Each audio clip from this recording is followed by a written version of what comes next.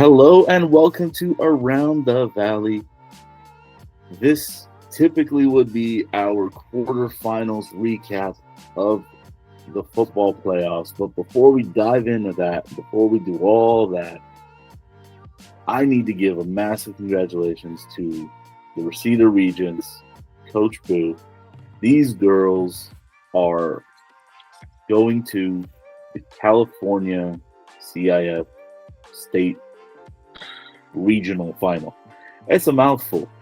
They're going to be playing in the Southern Regional Finals on Tuesday. So, y'all are watching this. Get out there, cheer them on. They're going to be playing at Van Nuys, 6 p.m. Now, this team is on a run. They're the only Valley team left playing volleyball. So, if you want to cheer for someone, go to Van Nuys, 6 p.m. Tuesday. Make it loud for these regions. They're taking on a semi-local team, so it's exciting, man. We got to be out there. We got to show them some more love. Before owner Kenny, what do you think of that? Yeah, I think it's a wonderful thing, especially when you know the circumstances around the program, how tough it has been, not really being able to play games in your own gym, everything essentially being a road game. So this team has essentially been playing road games all season. So it's just a test of the fortitude and the togetherness of that program.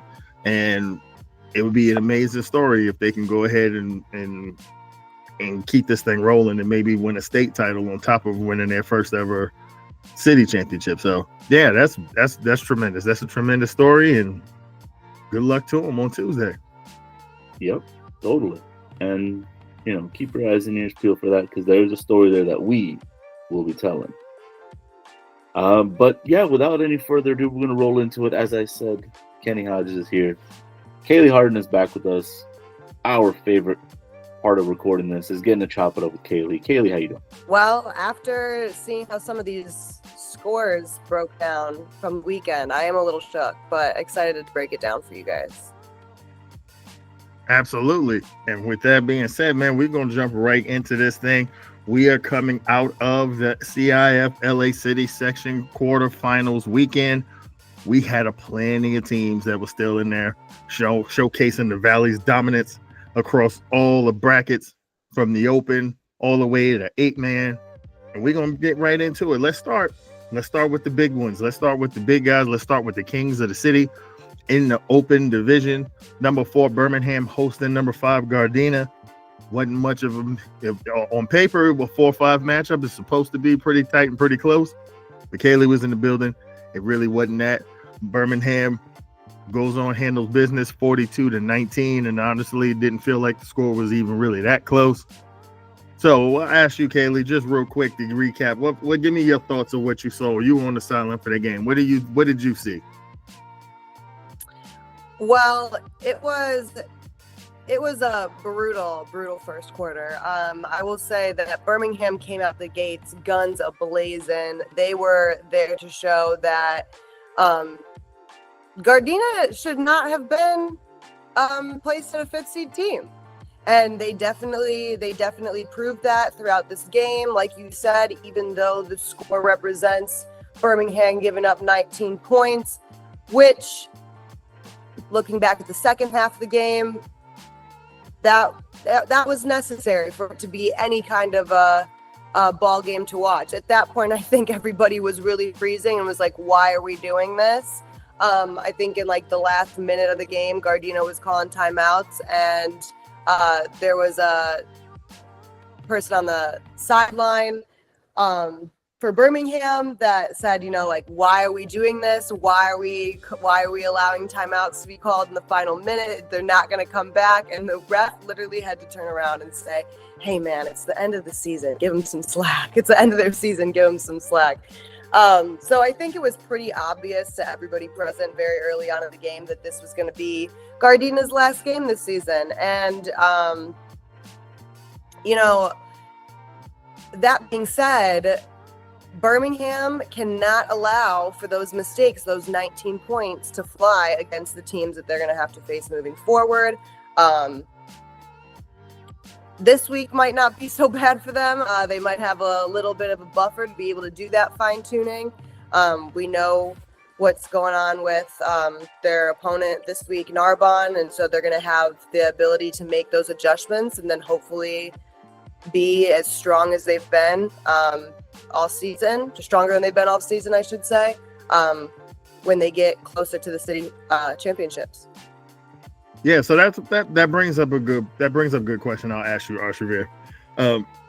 From what Kaylie is describing is what we've come to expect when we watch Birmingham, when we watch them in the city. Another game, another dominant performance against a city section opponent. Mind you, this is the postseason. This is the open bracket. These are supposed to be teams that are going to be competitive.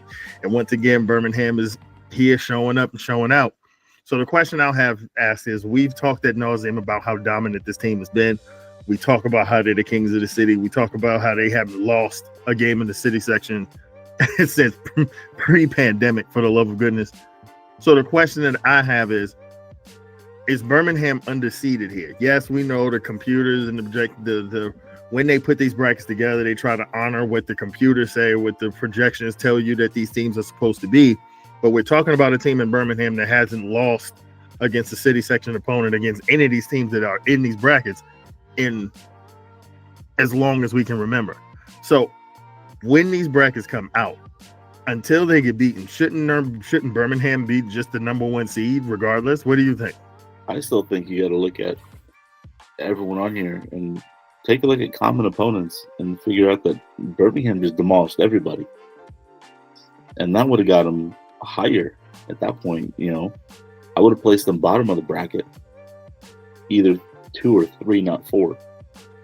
If we're talking about respecting what they've done, yeah, you don't put them in a position where they're going to, potentially play the number one seed in the second round, in the semis. But, this is a team that we've said it time and time and time again, until somebody beats them, that this is who they are. So I guess thank you to the seating committee for putting a chip on the shoulder. And that's a good question. I'll ask you this to wrap it up, Kaylie. Is the city section actually doing the rest of the teams in the field a disservice by not making this team the number one seed? Because think about it, if you're Narbonne or whoever or Carson, who the computers would say is number one, I know for me personally, if I'm like a Carson or if I'm Narbonne, I don't want to see this team until a final. And if you put them at as a 4 or 5, you're making me face them in the semifinal instead of maybe avoiding them until we get to the championship. So is the city section actually hurting these other schools by not just making Birmingham number one? So a team that is number one will really be number 2 and wouldn't see them till the championship. What do you think? Well, not only are you front loading the postseason for these other schools, but you're also poking the bear. Birmingham knows what they bring to the table, and they don't want to be seated like this. And I'll tell you, on the sideline, they're very well aware of what the seedings are of these other schools, and they have something to say about it, and they do not speak lightly about it. They are not happy about the way that these other schools are seated, especially ones that are seated right around them or above them. That Birmingham does not take that lightly. They are insulted, and they have something to prove, and they're going to let you know. So, I mean, let's hope that the seating committee doesn't make the same mistake next year, because I think that we're just going to continue to see Birmingham continue to try as much as the seating committee is trying to humble them. Birmingham is going to come back and make it known that they cannot be humbled. Yeah.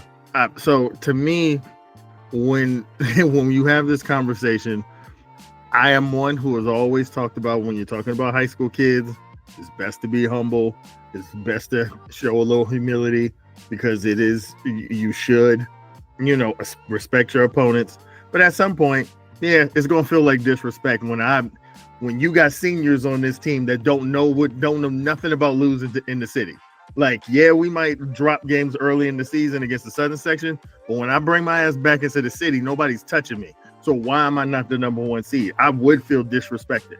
I am a senior. I've been on this team for 4 years, and ain't nobody with a city section tied to their name has beaten us. So until further notice, we're the Kings. We're number one, and treat us as such. Because to me, and the biggest part about the disrespect is by making them a number 4 seed, you're putting me in a situation where I got to go on the road in the semis when nobody's beaten me in 7 years. That's crazy. And that you know is what nuts. they say?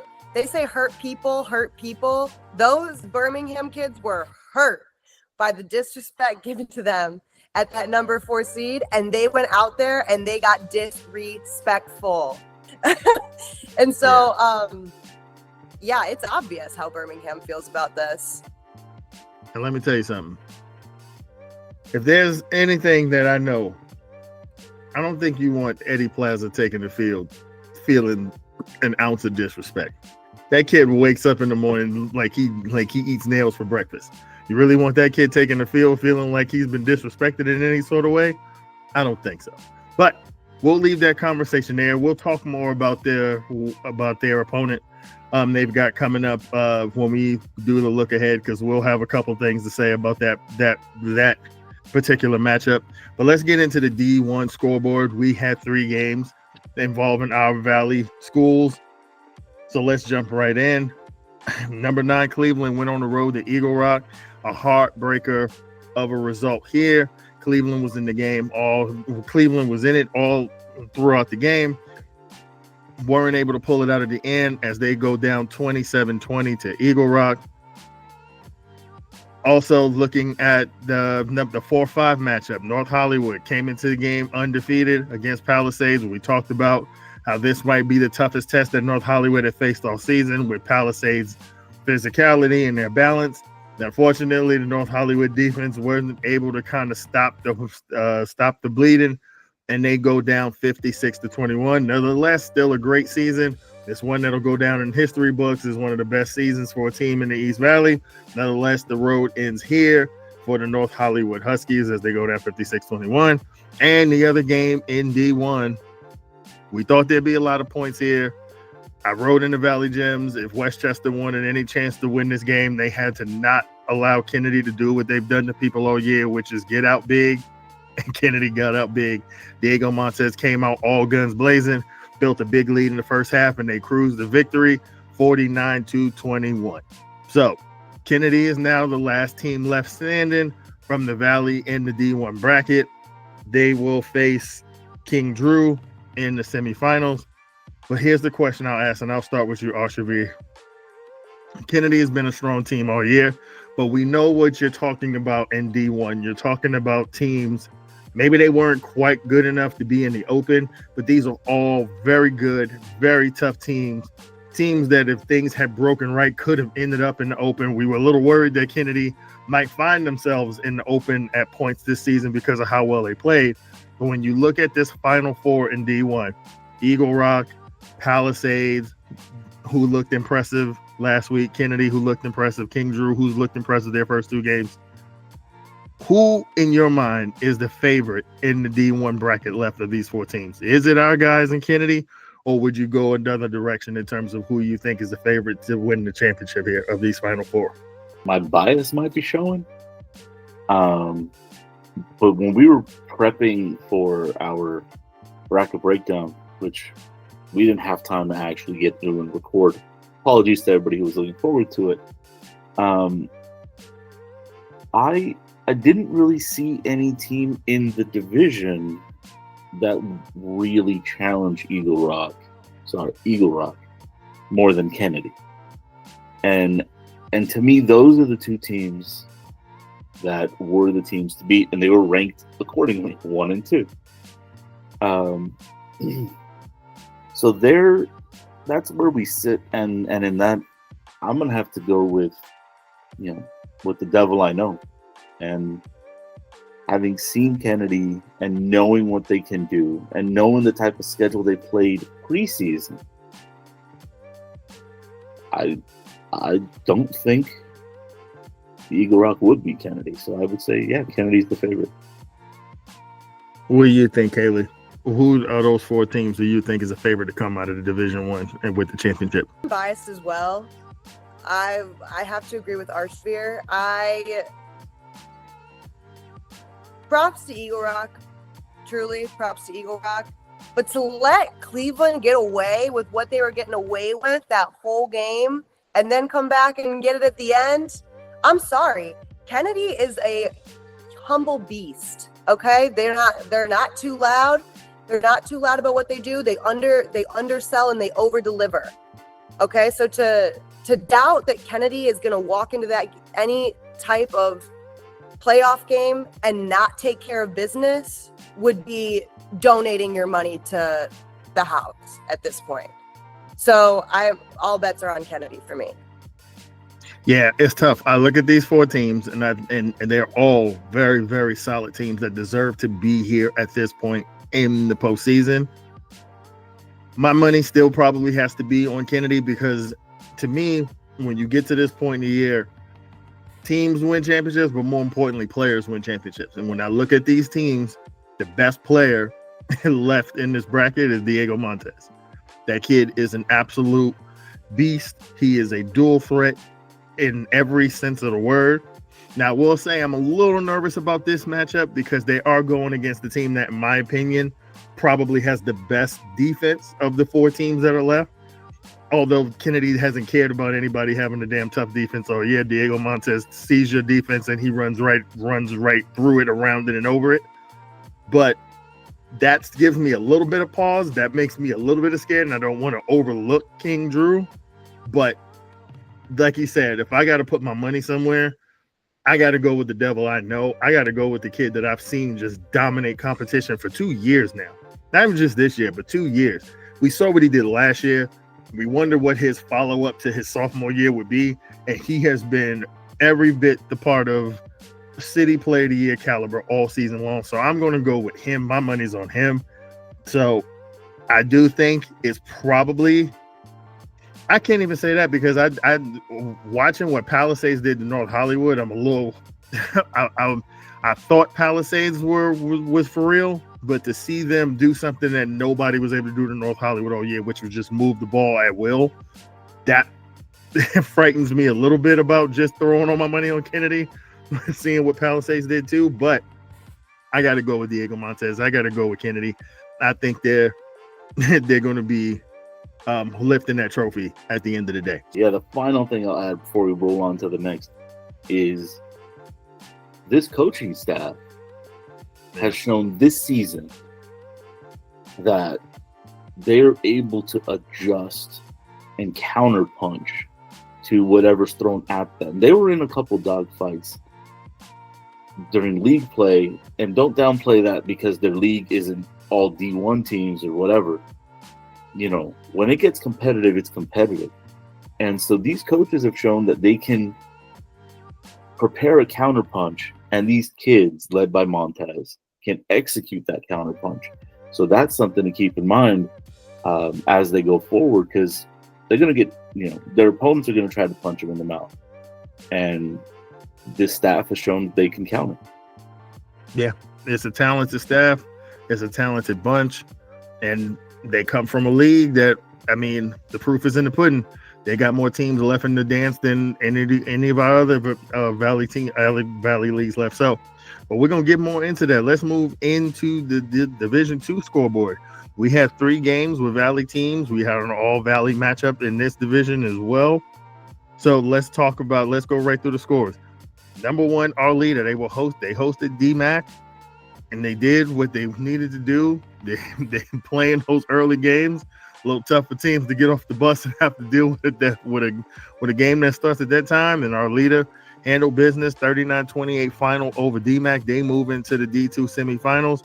The all-Valley matchup, Verdugo Hills went on the road to Chatsworth, and kudos to Chatsworth. We thought we were wondering if that team would be able to sort of galvanize after their head coach had stepped down right before the end of the season. They haven't skipped a beat. In many respects, they've looked even better than they have during the regular season. They handle business. They stifle Verdugo Hills. 36-11 was the final there, and they move on to the semifinals, and where they will face the Sylmar Spartans, who went on the road to El Camino. Maybe one of the more surprising final scores from this weekend. Sylmar goes on the road to Elko. and they beat up Elko 44-13. So, with that being said, now that sets up on one side of the bracket, that sets up a Chatsworth-Sylmar matchup that is absolutely going to be fire with how those two teams are playing. You can argue that these are two of the hottest teams in all of the city section that are going to be battling it out for a spot in the Division II title. But I want to focus the conversation a little bit on Arleta. Arleta's been a team that we had high hopes for Arleta coming into the season. We thought they would win the East Valley. They lost in North Hollywood. They didn't quite finish at the top of the East Valley, but this is a team that was awarded the number 1 seed in D2, and they've looked every bit the part. So the question I have for you guys, I'll start with you, Kaylie. Based on what Arleta's done, so we know what we're getting on the other side of the bracket. Do you trust Arleta here in the semifinals to go ahead and make this an all-valley D2 championship, where we're guaranteed then a champion out of the valley in Division II? What do you think? You think Arleta is going to win this week? Do you think they have what it takes to make it an all-valley D2 final? I'm hoping and I'm praying. I'm hoping and I'm praying because not only do we want to see that, but also they deserve it.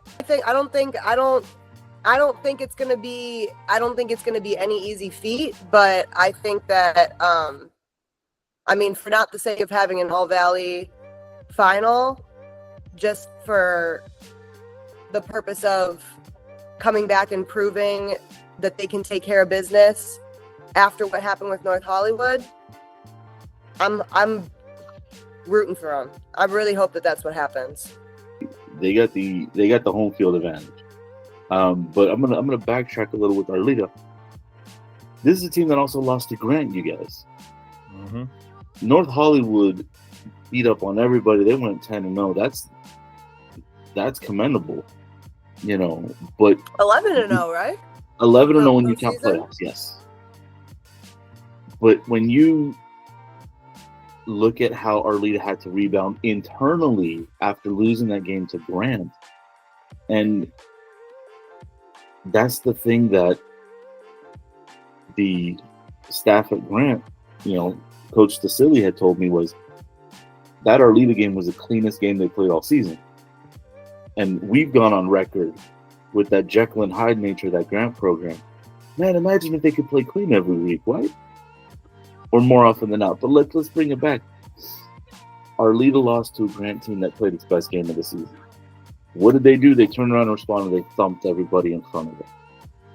So I don't see it stopping. They've got the early games. They're the only. They don't even have to. They don't have to travel for the early game. All these other schools, the athletes got to get out of class. They got to get on the bus early. They got to get fed because there is no pregame meal, right? You got to figure out how you're going to do that, how to get these kids fed in a pregame meal. You got to get them everything. It's a big advantage. And Arleta does what they do with that advantage. They run you into the ground. So, yeah, I'm seeing an all-valley D2 final. I agree. Listen, one of the things that is, going back to that Grant game, you look at how their season has turned since that game.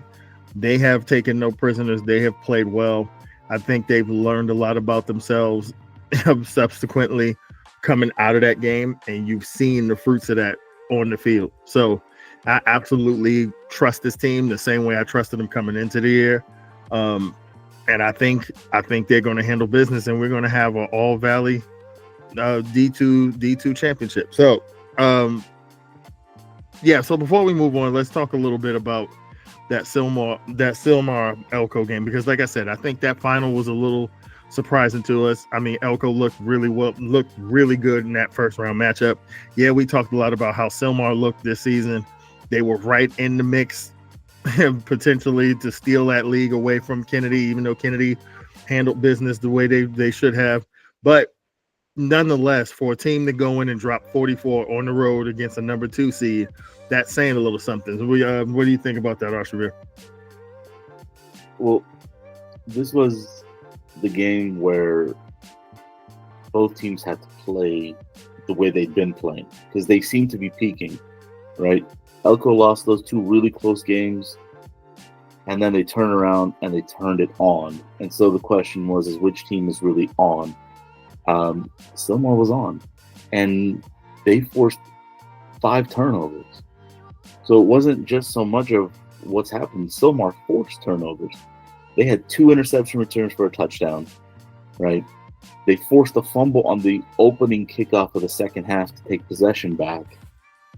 And they were just all out ready to play, it seemed.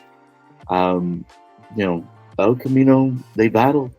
They were within 2 scores near the end of the third quarter. They could have tried. They could have been in a position to do something, but they couldn't take care of the football well enough.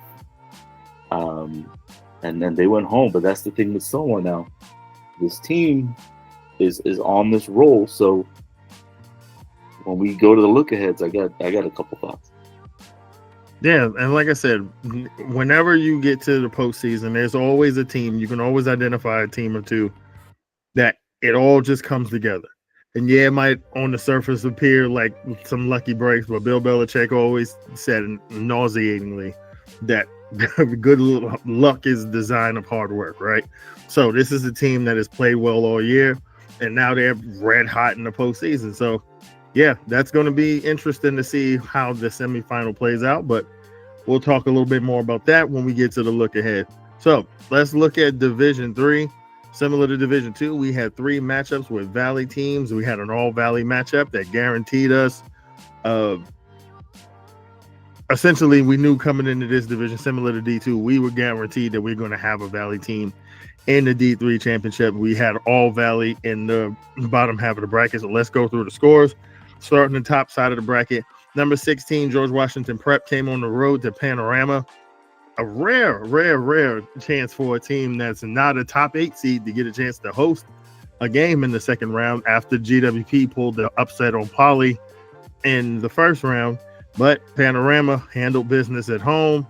Very workmanlike performance for them. They win 28-19 to advance to the semifinals. Off now moving to the bottom side of the bracket where we had all 4 teams were Valley teams. Number 6, Fulton goes on the road and pulls the upset over my beloved Chavez. Listen, Fulton did what they needed to do. This was a team we've talked about this year. There's a lot of championship pedigree in the mix with this program because of what they've done in 8-man. They have absolutely carried that into 11-man, and they are in the semifinal looking to make more history. They blanked Chavez on the road. And in the final game, maybe the craziest game of the quarterfinals, Van Nuys holds on and beats Taft on the road. The number 7 seed Van Nuys beats number 2 Taft 59-56. If you took the over in that game, you won that comfortably. And Van Nuys continues what has been a magical season, and they move on to the semifinals after beating upsetting Taft on the road 59-56. So I want to focus the conversation on one question for the bottom half of the bracket and one question for the top half of the bracket. You guys can answer together. Fulton, this has been a magical run. This has been, as we talked about, this was a team that really had to think long and hard if they even wanted to make the jump from 8-man to 11-man because they weren't sure, because it becomes a numbers game, and that's a big step to go and then join a league like the East Valley. But they did it. They took the leap. And while the regular season wins were a little bit tough to come by, but we knew this team was tough because of how they played in their non-league, and this is showing up big time here in the postseason. But they're playing against a team in Van Nuys that is red hot. We knew that this was a good offensive team, and they have shown it in the postseason. They have put up points in bunches. That offense is flying all over the place. They put up 31 in the first round, followed up with 59 in the second round matchup. So that offense is going to be tough to deal with for this Fulton team. Now, Fulton has shown that they have been up to the task, but now with a red hot offense, can Fulton hold off Van Nuys in this semifinal matchup? What do you guys think? My ego hates to be wrong, but my heart loves an underdog story. And they say that They say that growing is painful, and Fulton has definitely felt some of those growing pains this season, but I think they learned those lessons early on. They've adjusted, they've responded, and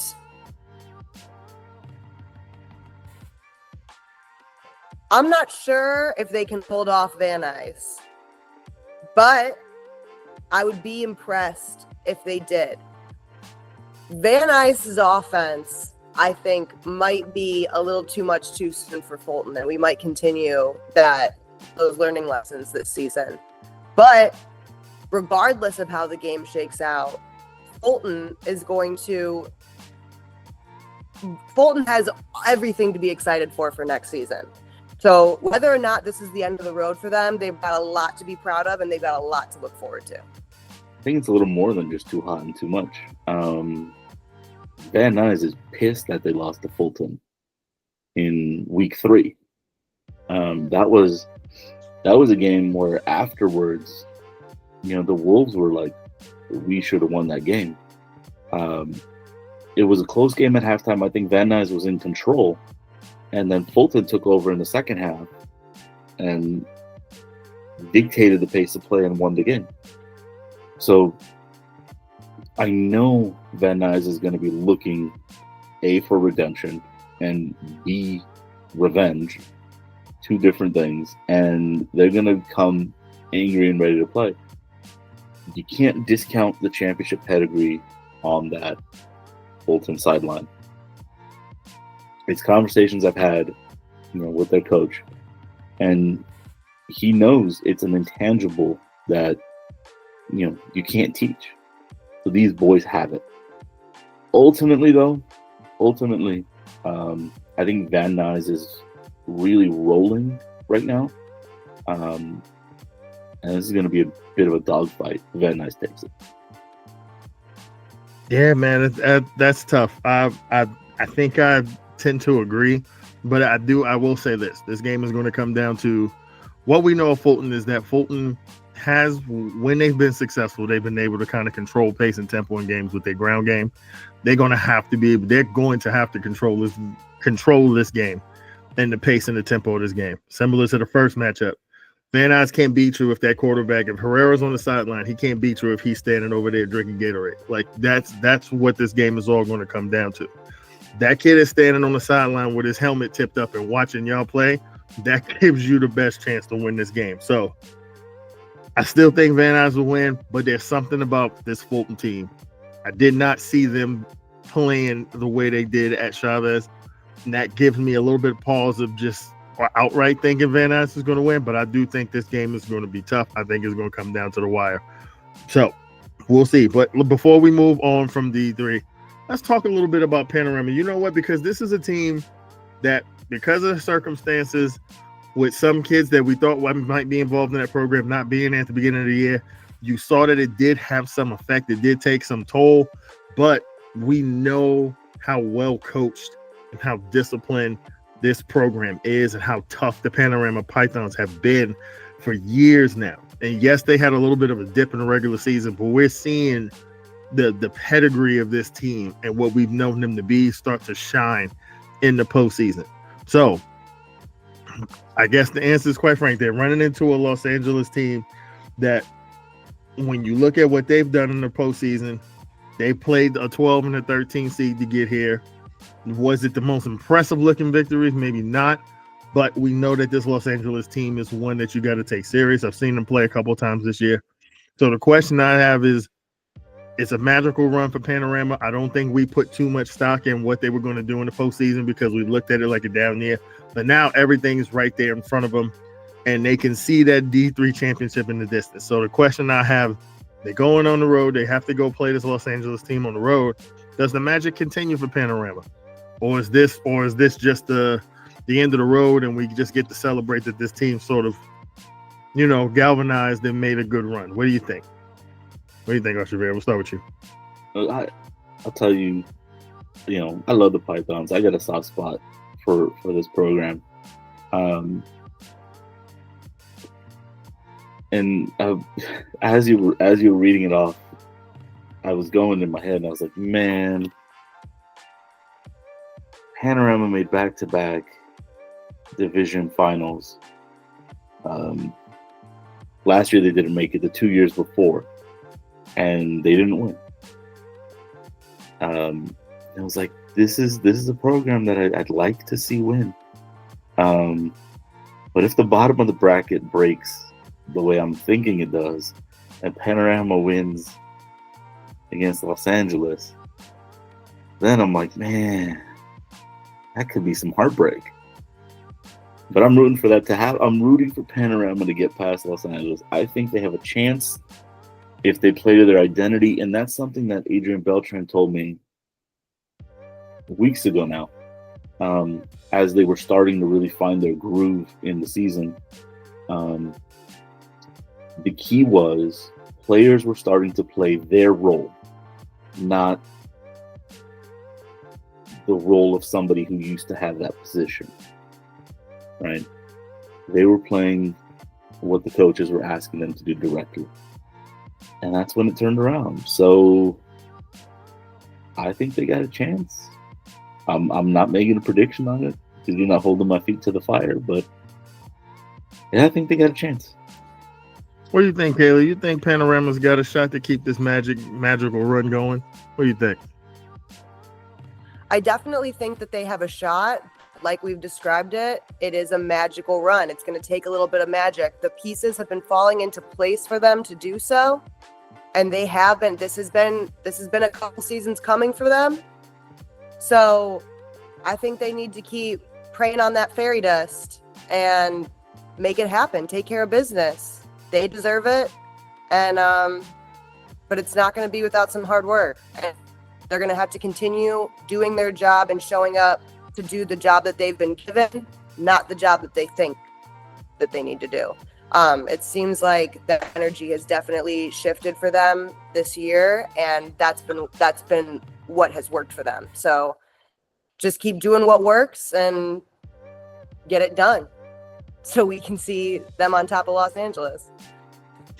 It's funny. I had a coach once tell me years ago, there's something magical that happens when we know who we are and everyone thinks they know who we are, right? This Panorama team has been through it. We've talked about the hardship. We talk about the heartbreak. We talk about everything that's sort of gone into this program that Beltran has poured in, that these kids all give, whether it be, persevering through when their numbers are low because guys are beat up and then they don't have, the same amount of kids in their program as some of the other schools have. But this is a hard-nosed team. And yeah, they've slipped to Division III this year because it just hadn't kind of looked as pretty as it looked when they had Dennis McKinley and some of those guys from years past on the team.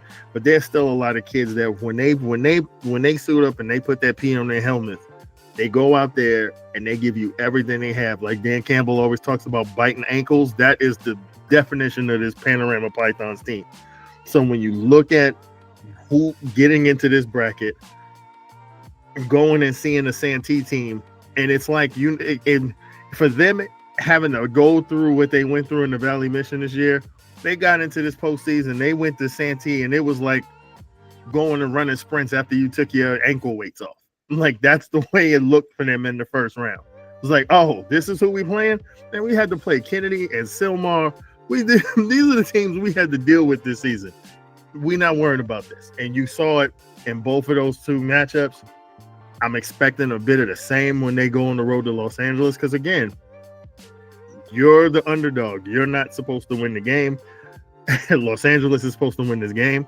And for some teams and for teams like Panorama, that's exactly what they need. That's what they want you to think. Oh, okay.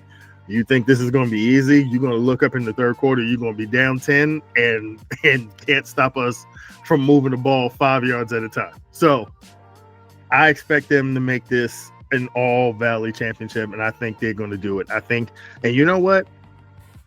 Sometimes it's in the cards to suffer through some heartbreak to then get to a point where you get to be the one to break hearts. That might be Panorama this year in this D3 bracket. So we'll keep looking there. So before we look at the Southern section, we'll touch on the 8-man scoreboard. We have one matchup there with significance for us here in the Valley. It was an all Valley matchup. Soches, the number 2 seed, and they went up against the number 6 seed, Valley Oaks. They handled business 32-8, setting up the matchup that, quite frankly, if you were paying attention to 8-man football this year, this was the matchup we were headed towards. It was Soches. It was always going to come down to Soches and Animal Robinson in the championship, and that game will take place this Saturday night in Crenshaw for the 8-man championship. So good luck to those boys. Hopefully they can bring home a championship for the Valley there and sort of continue to keep the lineage of dominance going with Valley teams in 8-man football. So before we go to the look ahead, let's just touch on what we had in the Southern section. We have 4 games left with a significance for our teams, our brothers in the Southern section here in the Valley. I'll be honest with you, spoiler alert, it didn't go well for anybody. So on the Southern section side, while on the City section side, we got plenty we still playing for. On the Southern section side, it's 1-2-3 Cancun for everybody. I'll run through the scores real quick. Sierra Canyon went on the road to Mater Dei. Listen, Mater Dei is the number 1 team in the nation. Sierra Canyon fought valiantly. They fought hard, but they go down 33-13 to Mater Dei. Burbank went up against Highland. Highland has been a very good team this year. Burbank, again, fought hard, just couldn't kind of pull it out, couldn't get it done. Highland beats them 42-28 to end the Burbank season there. St. Jen's, it's been a season of resurgence, a great season for St. Genevieve. The future looks bright for that program, but it ended here at LABC. Great Oak came into LABC on St. Jen's home turf, and they took them down 27-17 in the St. Genevieve Valiant season.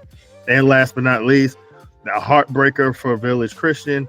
They went up against Woodrow Wilson. It was 19-17 final there.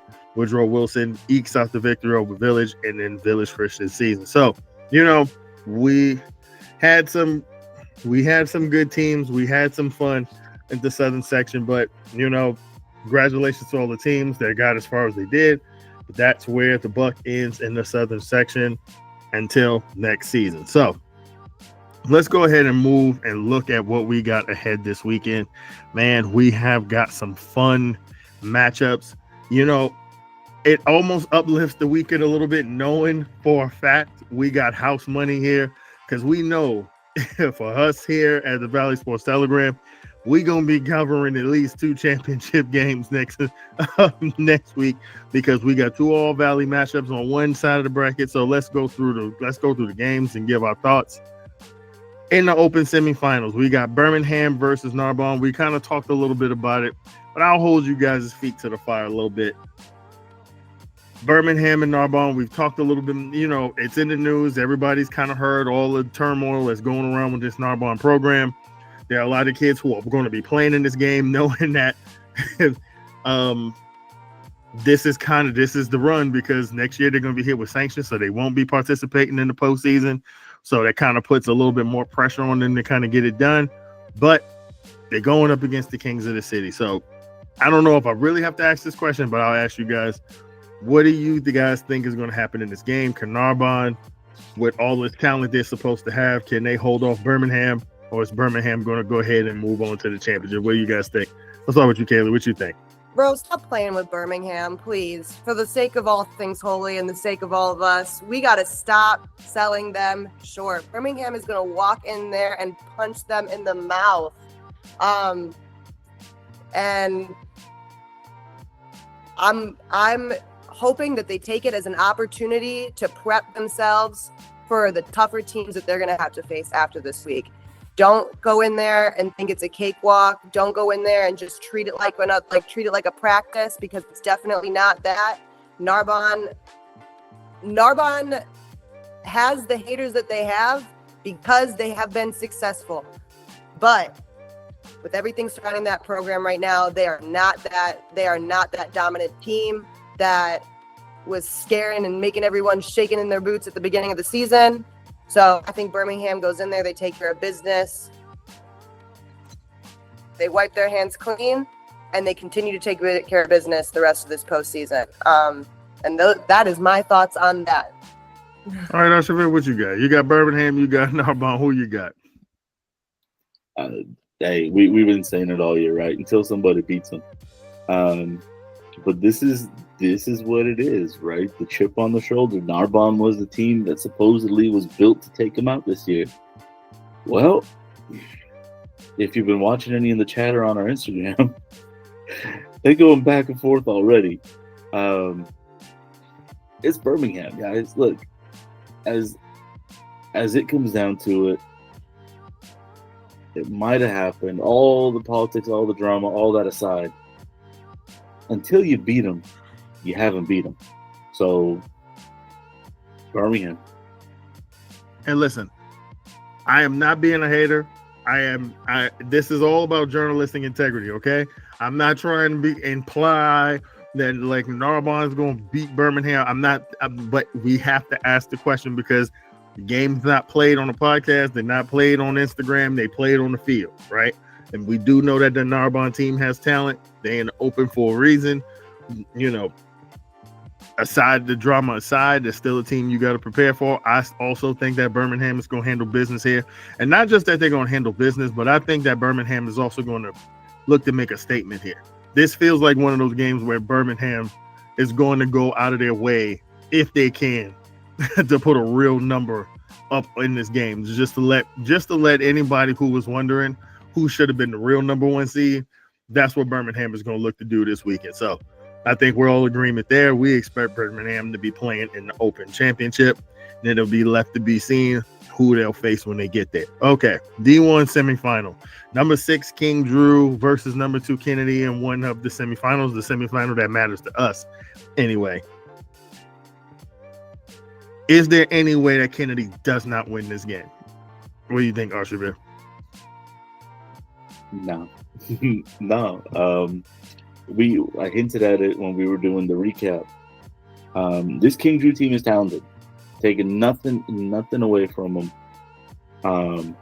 But like I said earlier, you know, this is a program. It's got the best player in the division. It has a coaching staff that has shown that they can adapt to whatever you throw at them. Kennedy, you know, this might be the shootout we were looking for, because you got two really strong defenses that also have amazing offenses. So either we're going to have a slugfest where it's low scoring, or I think we're going to have a shootout. What you got, Kaylie? You think is any way Kennedy doesn't win this game and get to the D1 championship? I agree with Arshavir that this is going to be a good game. It's going to be a competitive matchup. But if we were betting, if this was a true betting scenario, Diego Montez is not going to let my parlay bust. They are going to win this game.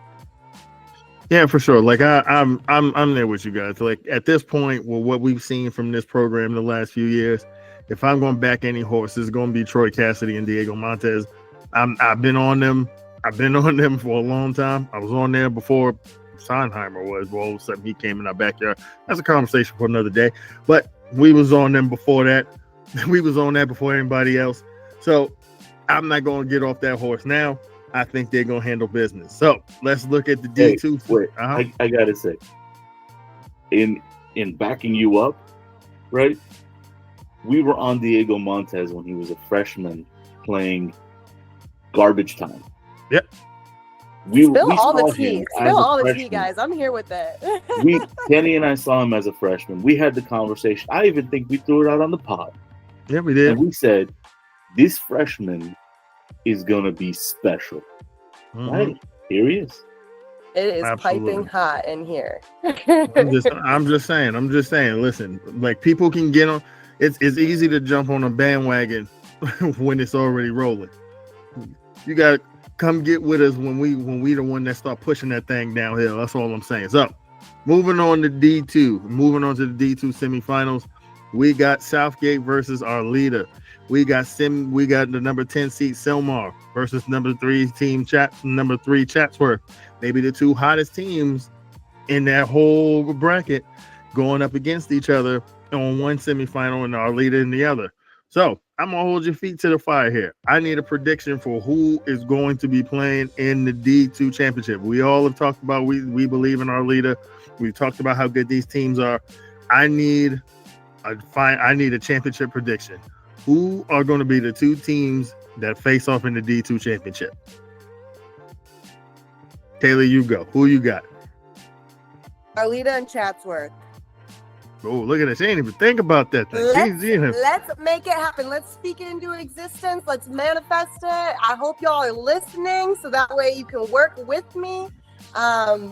Like I said, I wish these were real betting scenarios because I need to win some money. And I think, and to your point, to the point that you just made, we have been on it, and we might fall a little short sometimes with our predictions, but I will say that the majority of the time we're right. I mean, it's about time that y'all started listening to us.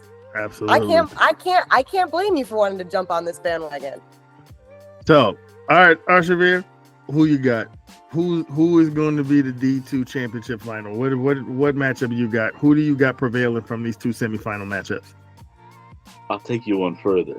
I got Arleta and Silmar in the final, and I got Silmar taking the D2 final. So I'm jumping into the fire feet first. And as before I go further, Kenny, Christopher Ojeda has a bone to pick with you because he says you've been sleeping on Silmar all season, and he backed it up against Elko, had a pick 6. Now here's the thing, right? I am one man. I try to talk about everybody. I do. I try to spread the love. You know, I can never be accused of a man who don't spread the love as much as. Okay, I gotta rephrase how I say that. I try to show as many teams in our backyard love as possible. I don't want my wife in the comments. As many teams love as possible. And like I said, we talked about Silmar. Hey, matter of fact, to Mr. Ojeda, you might need to go back a few weeks because now I'm about to throw my co-host under the bus.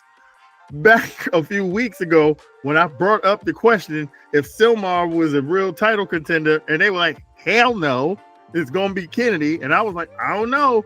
The Silmar team's got a shot. Now, mind you, I ended up being wrong, Mr. Ojeda, because y'all did not handle business. But I was backing y'all. I was backing that horse, okay? That's all I'm going to say. But as far as predictions go, I am going to go number 1 Arleta, getting it done against Southgate. Silmar and Chatsworth is a little bit of back and forth for me because I do like how Chatsworth has looked. No shade to Marvin Street, but they were pretty much under him. I think the game plan for them, for the most part, was 3 yards in a cloud of dust most times, try to stodge the game up. Since then, with the philosophy around them has changed a little bit, and they really try to open up the game and really try to play with pace. And you've seen their offense sort of take off into a different trajectory. But still, what I saw that Silmar defense do last week, defense wins championships, right? So Silmar, I think Silmar's going to go in there. I think they're going to knock off the number 3 seed the way they knocked off the number 2 seed. And boy, what a story it would be for them to get to the championship and win the D2 championship, having knocked off the number 1, the number 2, and the number 3 seeds, the top 3 seeds in D2 to do so. So I'm going to go Arleta Silmar, and I'm right there with you. I think Silmar is going to end up getting it done, and they're going to walk away with the D2 championship. So let's look at D3. we got a Panorama versus Los Angeles matchup. We just kind of talked about that. We talked in depth a little bit about Van Nuys and Fulton, but now it's time to hold feet to the fire. Kaylie, I'll ask you first. Who do you think is going to prevail and get to the D3 championship out of those 2 matchups? Who you got?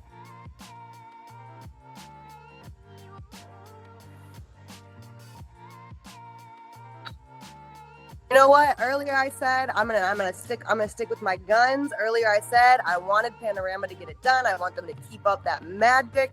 So I'm gonna go with Panorama, and Van Nuys is on fire. Keep that fire burning. Okay, Panorama, Van Nuys. All right, Arshavir, what you got? Who you got in that D3 final coming out of this weekend?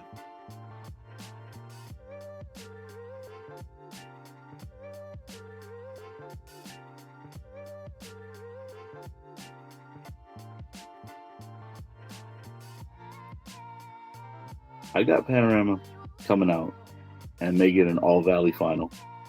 And I'm gonna do what I did for D2. I see Van Nuys avenging 2 of their losses and coming out on top. I see them avenging Fulton and taking that. It'll be. I don't think it'll be a blowout, but I can see them doing that, and I see them avenging that loss to Panorama. Like I said, Panorama is a team that I have a bit of a soft spot for, but I got a soft spot for most of these Valley teams, to put it that way. And Van Nuys, I think they do it. I think they avenge back-to-back weeks, and I got to research if they've ever won a city title. I know they haven't been in a semis in 26 years, so that's saying something. But no, Van Nuys and D3 for me. Okay. All right. So before we wrap this up, I'm gonna give y'all an opportunity to stand on business. Okay. I'm gonna give y'all an opportunity to stand on business right here, right now. What about your thoughts for D3? Oh, my thoughts for D3? Yeah, I'm gonna go Van Nuys. My heart is with Fulton, my head is with Van Nuys, so I'm gonna go with my head here. I'm gonna go Van Nuys, and I'm gonna go Panorama. And you know what? I think Panorama is gonna take it. So with that being said, again, we're gonna stand on business before we close this out. We still got a lot of strong contenders across all 4 divisions. So I'm gonna give y'all an opportunity to stand on business here.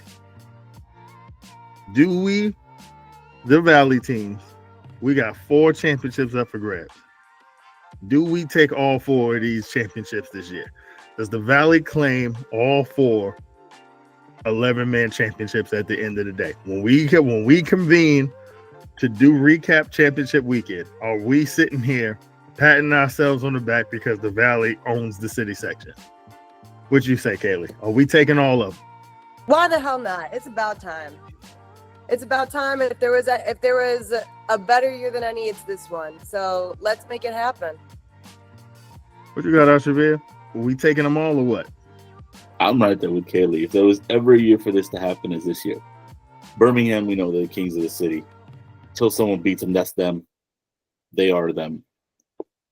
Kennedy is on that roll, and I got all the confidence in the world in them. And I mean, we just talked about having all Valley matchups in D2 and D3. So let's bring all 4 home. Hell, let's make it 5 with 8-man. And that's going to be a hell of a matchup for Socials. But I got faith in them. This is a program, mind you, that was folded completely just a few years ago. Mm-hmm. And now they're back and they're kicking ass. Yeah. So I'm saying we go 5-0. You know what? I'm with y'all. I like the energy. I say we do the same. I'm gonna say the same thing. I'm gonna stand on business. I'm gonna say we going 5 for 5. And the Valley proves what we've seen all year long, which is we've been dominant. We've been smashing against these teams in the city, and this is gonna be a year that goes down on the record books as the Valley ruled all when you're talking about football. So we're gonna lead a conversation there for this week. Man, this was a fun episode. Make sure y'all go to Valley Sports Telegram. We got it all there. Like I said, we've been covering all these games. We got stories there if you want to know the in-depth, you want to know the rundown, you want to know the lowdown. We talk about it all. Just in case somebody gets in the comment section and they're like, oh, how come y'all talking about the Taft never even took the lead? Go read the story. We'll tell you what happened. We'll tell you why we phrase our caption that way, because that game could have went either way. I'm just saying, you saying they never took the lead. I'm just telling you that was a 2-point lead at halftime. And the 2-point lead, is that really a lead? I'm just saying, whatever. But go to Valley Sports Telegram and read these stories, because you'll get everything you need to know about the action. Make sure you check out our Instagram, VST Media. We have reels, we have action there, we have graphics as Kaylie cultivates our Instagram, and it is awesome and wonderful. You got to check it out. Our following is growing and growing and growing. We approaching quickly, fastly 1K, because people know what's up and people see what we're doing over there. Make sure you come to our YouTube page. We upload there every week. We talk all our stories. Make sure you leave a like, subscribe, leave comments. Come on over here and talk what you got to talk about. I know. I'm gonna get some Birmingham.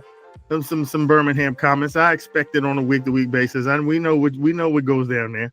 But most importantly, thank everybody for supporting us. Like I said, we do all of this out of love. We do out of this to support our kids and make sure we put them on the pedestal and put them in the spotlight. Make sure you check out all of our stuff. And for your boy, Kenny Hodges, Arshavir Sarian, Kaylie Harden, until next week, peace.